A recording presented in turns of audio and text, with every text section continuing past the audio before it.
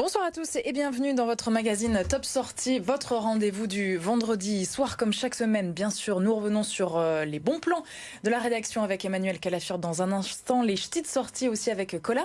Et nous parlons également ce soir poésie avec une auteure lilloise, Émilie Lamotte, qui vient de publier son premier recueil de poésie, La Lumière et la Nuit, aux éditions Panthéon. Bonsoir Émilie. Bonsoir. Merci beaucoup d'être avec nous, d'avoir accepté notre invitation. Vous allez nous parler bien sûr de vos poésies. On va faire connaissance avec vous. Oui. Et avec nous en plateau, Xavier Silly. Bonsoir Xavier. Bonsoir Marie et bonsoir Émilie et bonsoir à tous.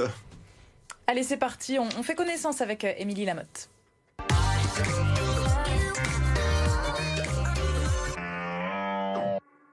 Émilie, vous étiez en 5e année de chirurgie dentaire quand vous avez décidé de tout arrêter, de tout plaquer pour vous consacrer à la poésie et donc à ce premier livre. Pourquoi ? Quel a été le déclencheur ? Alors le déclencheur, ça a été un événement assez triste, on va dire. J'ai fait une dépression. Ouais. À cause de vos études ou... Oui, à cause de mes études. Et de là, j'ai voulu écrire, parce que en fait, j'écrivais déjà au lycée. Parce que j'avais beaucoup d'émotions à transcrire, à retranscrire, à exprimer. J'étais déjà triste et un peu torturée au lycée. Et de là, j'ai voulu commencer à écrire.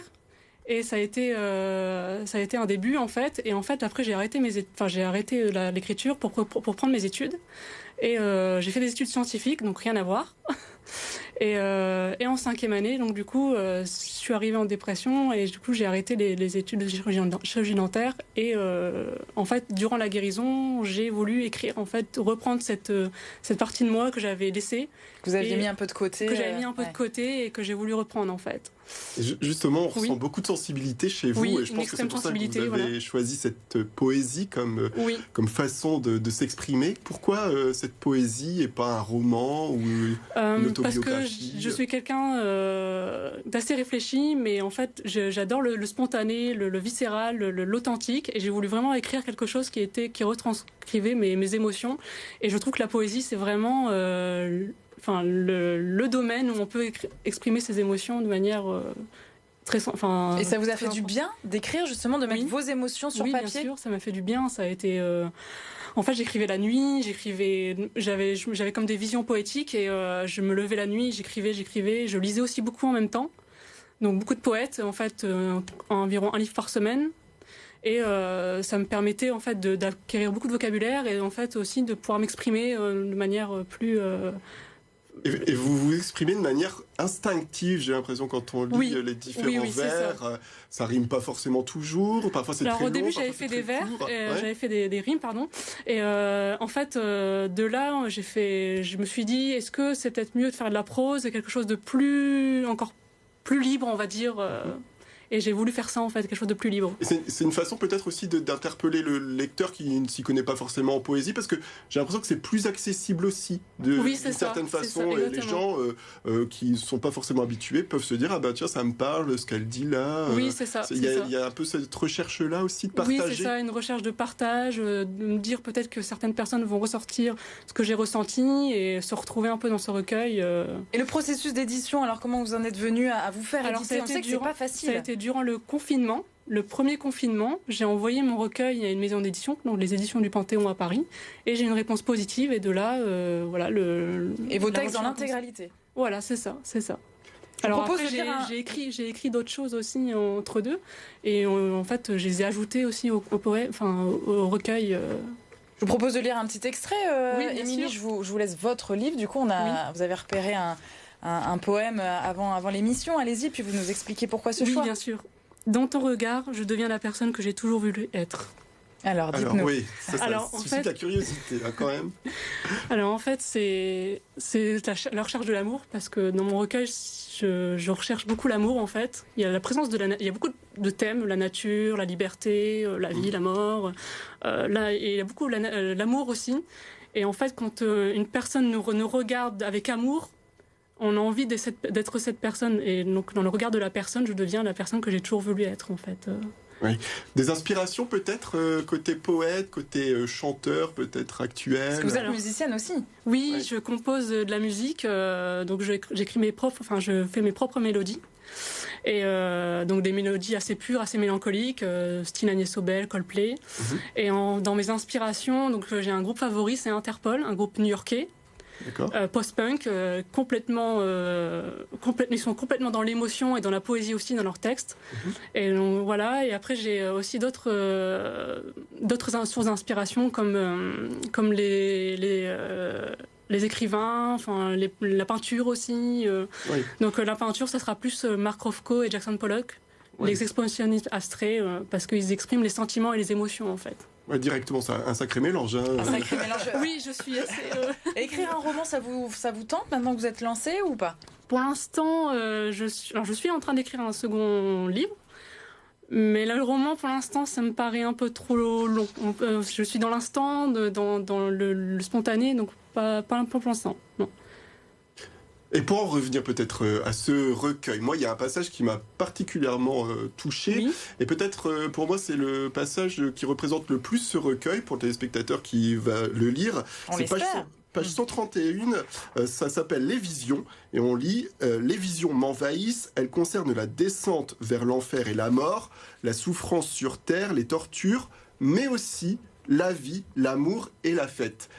Il y a vraiment ce côté noir, très noir, oui. Et puis cette lumière qui arrive comme ça d'un coup. Et c'est ce que j'ai ressenti durant tout le livre. Le recueil, oui. Voilà. Parce qu'en fait, c'est comme il y a eu une période noire. J'ai écrit sur la noirceur, mais au bout de tout ça, il y a eu une belle lumière et j'étais entrée en période de guérison, donc j'étais encore entre les deux. Il y avait des séquelles, et donc du coup j'étais entre les deux. Et là, j'ai voulu vraiment exprimer la noirceur et la lumière aussi. Merci beaucoup Émilie Lamotte. Donc votre livre, on le représente, La lumière et la nuit aux éditions Panthéon. Vous êtes une pure Lilloise, vous restez bien sûr avec nous. On vous souhaite plein de bonnes choses bien sûr pour la suite. Recueil. Merci. Merci Xavier. On continue bien sûr votre top sortie.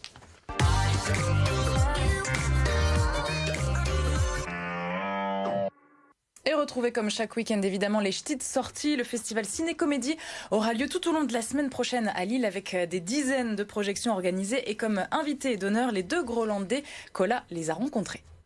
Beaucoup de films à voir, on va y venir. Mais vous êtes aussi venu défendre un livre, Le cinéma de Benoît Delépine et Gustave Kervern. Oui, c'est notre façon de travailler, notre façon de voir le cinéma, plus un tas de photos qui sont vraiment hyper bien choisies, plus des extraits de lettres. Enfin, c'est un espèce de bestiaire. Je dis pas qu'on aime faire ce genre de truc, même on n'aime pas, mais là...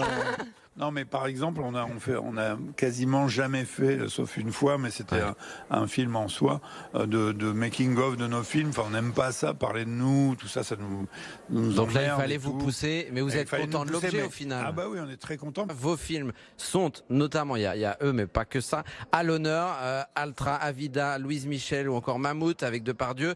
Le plus récent, c'est Effacer l'historique avec Denis Podalides, Blanche Gardin, Corinne Maziro. Est-ce que c'est celui qu'il faut voir absolument ? C'est le plus récent, et puis surtout, on l'a tourné à Arras, il y a Corinne Maziro qui est du Nord. Voilà, donc ça colle parfaitement au festival. Voilà.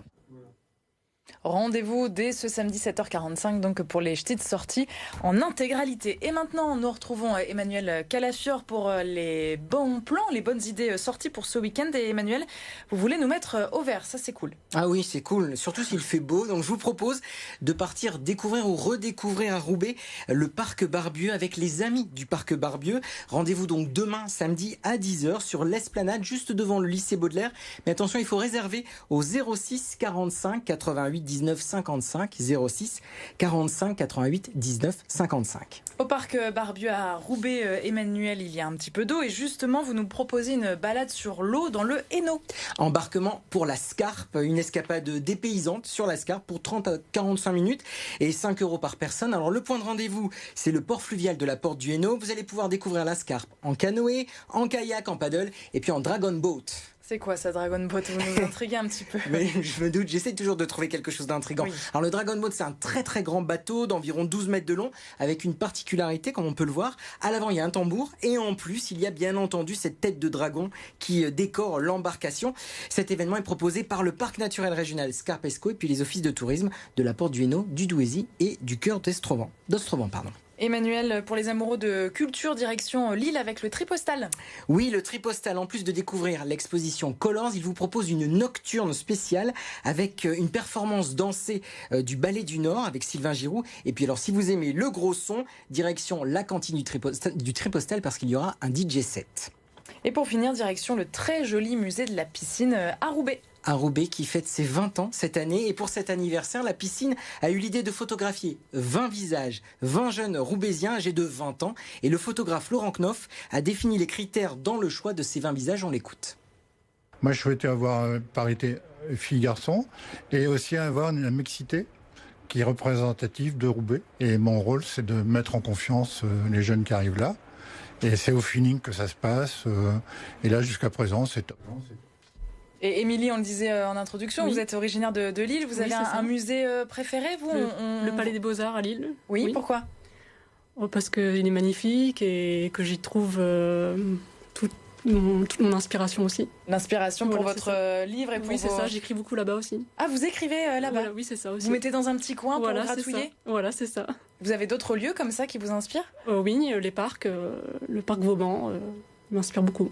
En plein air? Voilà, c'est ça. Merci beaucoup d'avoir répondu à notre invitation, d'avoir été avec nous. Émilie Lamotte, votre bouquin, on le rappelle, La lumière et la nuit, toujours bien sûr disponible. Merci Emmanuel.